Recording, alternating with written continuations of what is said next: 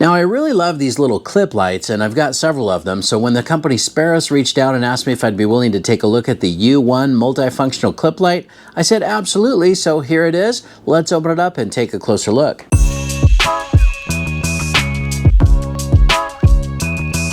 Hey, what's up YouTube? Dan the Fix-It Man. Got another quick video here for you. This company SPERAS reached out and asked me if I'd be willing to take a look at their U1 multifunctional clip light. Now right on the box it says we've got a max output of 500 lumens, max beam distance of 75 meters, and max runtime of 25 hours. Now it gives you the output chart here on the back. What I'll do when I do some beam shots later, I'll put that information up on the screen. But let's go ahead and open it up and see what comes included.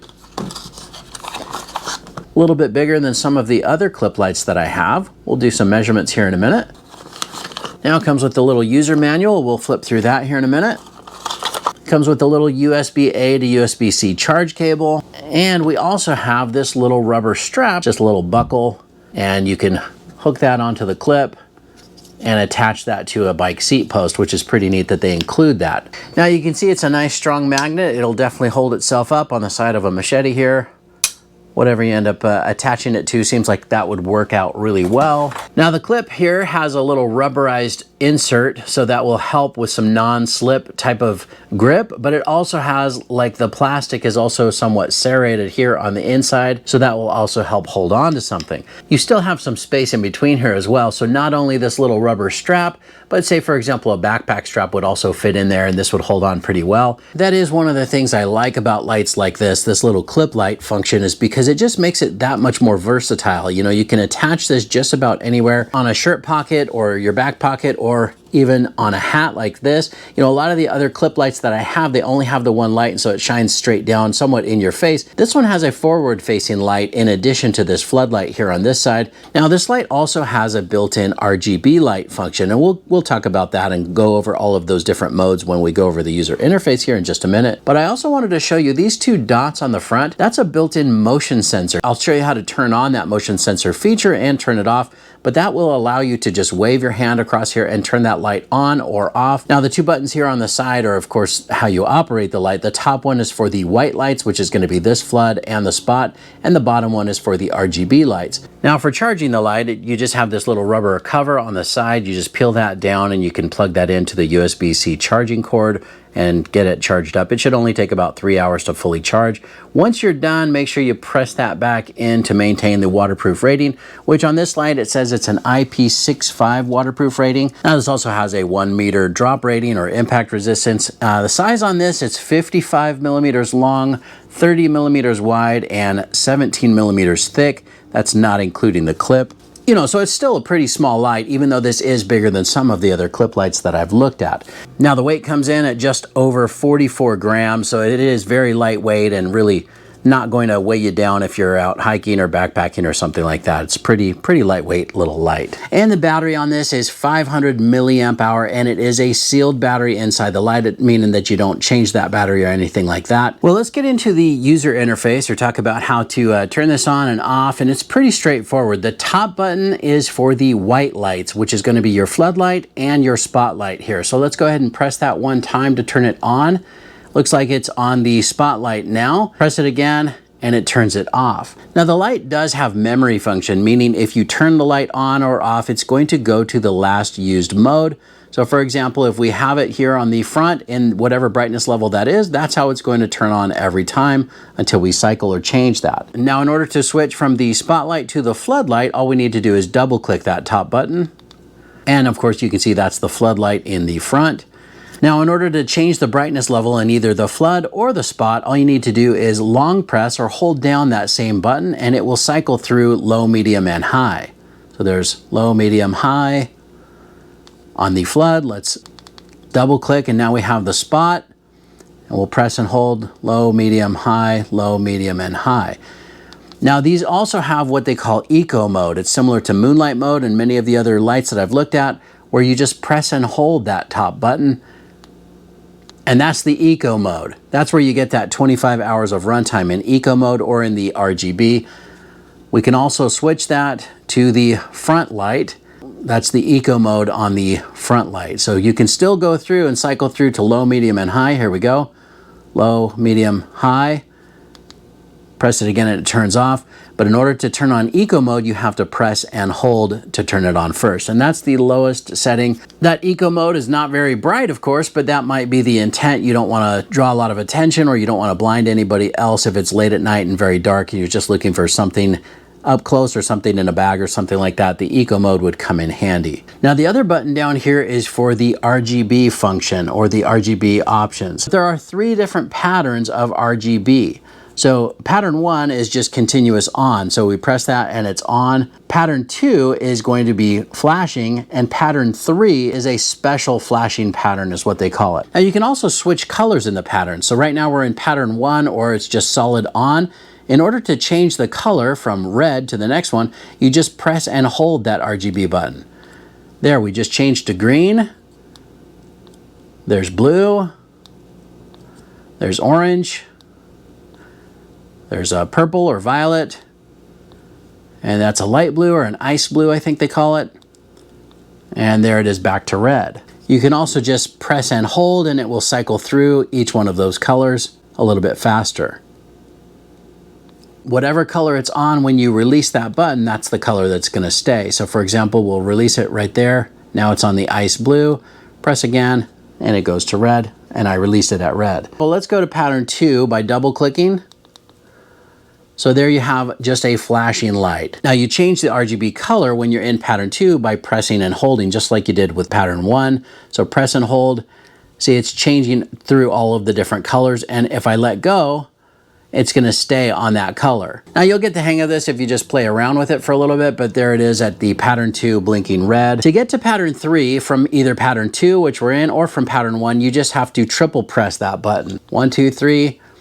This is pattern 3. So it starts out with this blue and red flashing, kind of like a police pattern. But in order to change that, you just press and hold. So this is the second pattern. It's just rotating between red, green, and blue. It's just a different memory pattern that it has. The next one here is going to be breathing. So press and hold and then let go. And you can see now it's going to slowly cycle through all of those different colors. And if we press and hold, now it's going to do an SOS flash. So there's 3 dots, 3 dashes, and 3 dots again. If you're in pattern 2 or pattern 3 of RGB mode, you just double click this button and that will take you back to pattern 1. Now you can also lock this light or lock it out so that it doesn't accidentally turn on, like in a bag or something like that when transporting it. All you need to do is quad click either of these buttons. So let's do that. And you see it flash twice to let you know that it is locked out. So for example, right now, if I try to turn it on, it just flashes twice to let you know it's in lockout mode. You unlock it the same way. Press it 4 times.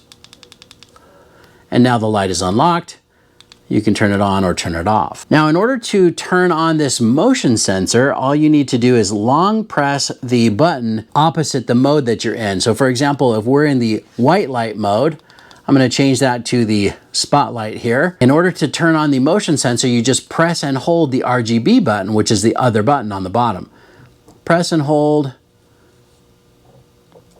And see the little light comes on the side. Now that should turn off when I wave my finger in front of it. See that?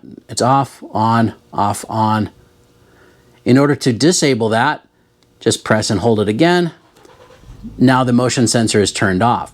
You can also use the motion sensor in the RGB light. So let's go ahead and turn that on. In order to turn on the motion sensor here, you're going to press and hold the white light button. And the little light came on here to let us know that now we also have a motion sensor in that RGB function. Again, you can turn that off by long pressing the white light button.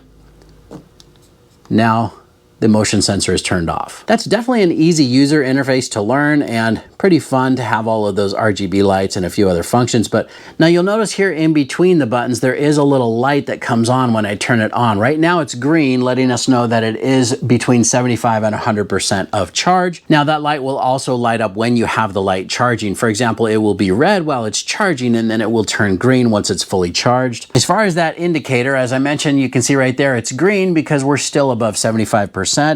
But that's going to be a green light flashing when it's between 50 and 75%. It'll be a red light when it's between 25 and 50%. And if it's less than 25%, that red light will flash. But that's pretty much it. Let's go ahead and get this fully charged up again. It looks like it's still green, so we still have a lot of power, but I'm gonna go ahead and top it off.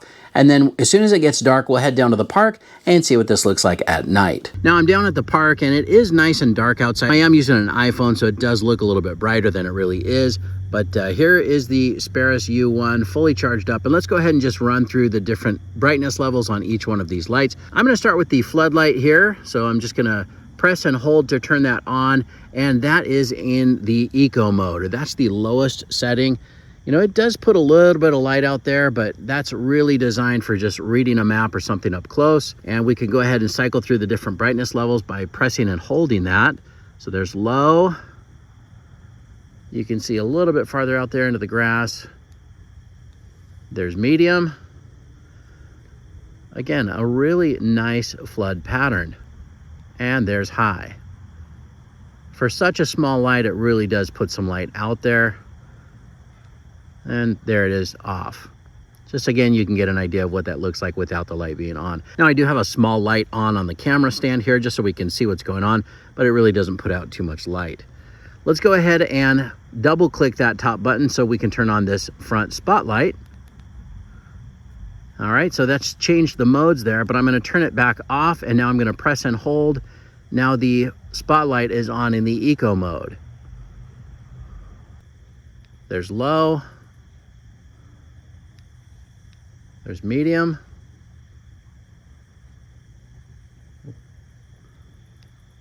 And that's high. That is the brightest setting. You can see the light does make it all the way out to the edge of the park there. Pretty impressive for a very small light. I'll press that again to turn it off. Now, as far as the RGB lights, let's go ahead and cycle through those as well and get an idea of what that looks like at night. Just gonna press and hold to turn that on. Looks like it's in the solid pattern green. There's blue, orange, purple or violet.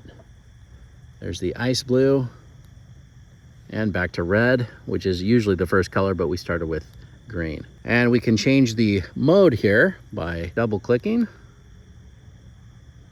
That is the blinking RGB lights. And again, you can press and hold and change those colors.